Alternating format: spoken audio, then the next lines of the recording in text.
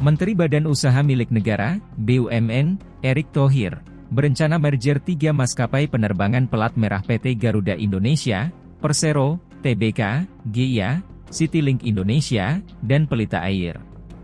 Erick menjelaskan, rencana ini merupakan salah satu upaya agar biaya logistik di Indonesia terus menurun sehingga semakin meringankan dunia bisnis. Dia mendorong efisiensi terus menjadi agenda utama pada perusahaan-perusahaan milik negara. Dia menjelaskan, Indonesia masih kekurangan sekitar 200 pesawat. Perhitungan itu diperoleh dari perbandingan antara Amerika Serikat dan Indonesia. Erick memaparkan, terdapat 7.200 pesawat yang melayani rute domestik di AS.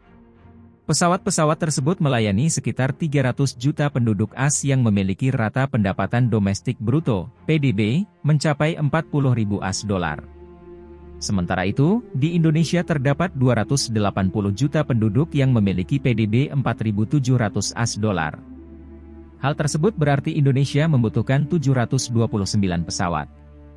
Padahal sekarang, Indonesia baru memiliki 550 pesawat. Jadi perkara logistik kita belum sesuai, ujar Erick dalam acara Indonesia Cafe Talk di Tokyo, Jepang, dikutip dari keterangan resmi pada Selasa, 22 Agustus 2023. Untuk mengurangi ketertinggalan jumlah pesawat tersebut, Erick mengatakan tidak menutup kemungkinan adanya penggabungan Garuda Indonesia, Citylink dan Pelita Air. Dia menjelaskan, Kementerian BUMN terus berupaya menekan biaya logistik, salah satunya melalui upaya efisiensi dengan merger perusahaan-perusahaan. Erick mencontohkan merger yang dilakukan pada PT Pelabuhan Indonesia, atau Pelindo dari sebelumnya memiliki 4 perusahaan menjadi 1. Hal tersebut, lanjutnya, berdampak pada penurunan biaya logistik dari sebelumnya mencapai 23% menjadi 11%. Kami juga upayakan Pelita Air, Citylink, dan Garuda merger untuk menekan cost, ungkapnya. Adapun, Erick menambahkan Garuda Indonesia telah berhasil diselamatkan setelah terancam dibubarkan. Dia mengatakan, GIA pada akhirnya dipertahankan karena Indonesia perlu tetap memiliki flag carrier. Upaya penyelamatan GIA dilakukan melalui rangkaian restrukturisasi paling rumit dalam sejarah penyelamatan korporasi Indonesia.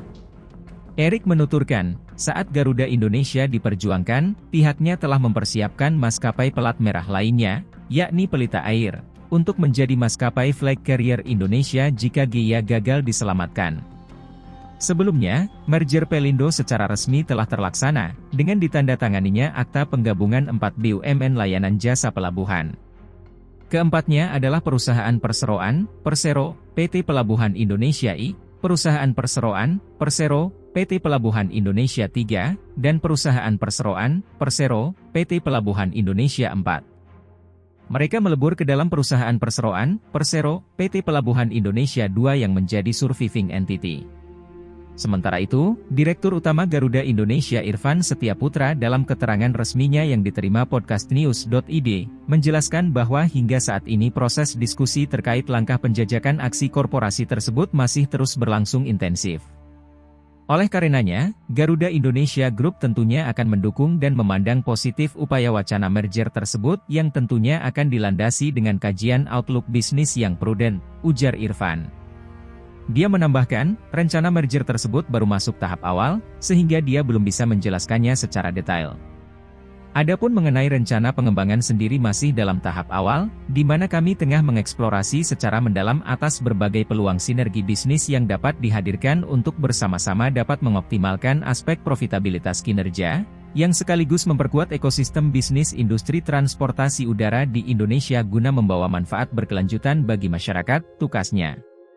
Lebih lanjut, Irfan sendiri menilai rencana merger itu sebagai sinyal positif bagi upaya penguatan fundamental kinerja perusahaan, khususnya pasca restrukturisasi yang terus dioptimalkan melalui berbagai langkah akseleratif transformasi kinerja bersama pelaku industri aviasi Indonesia.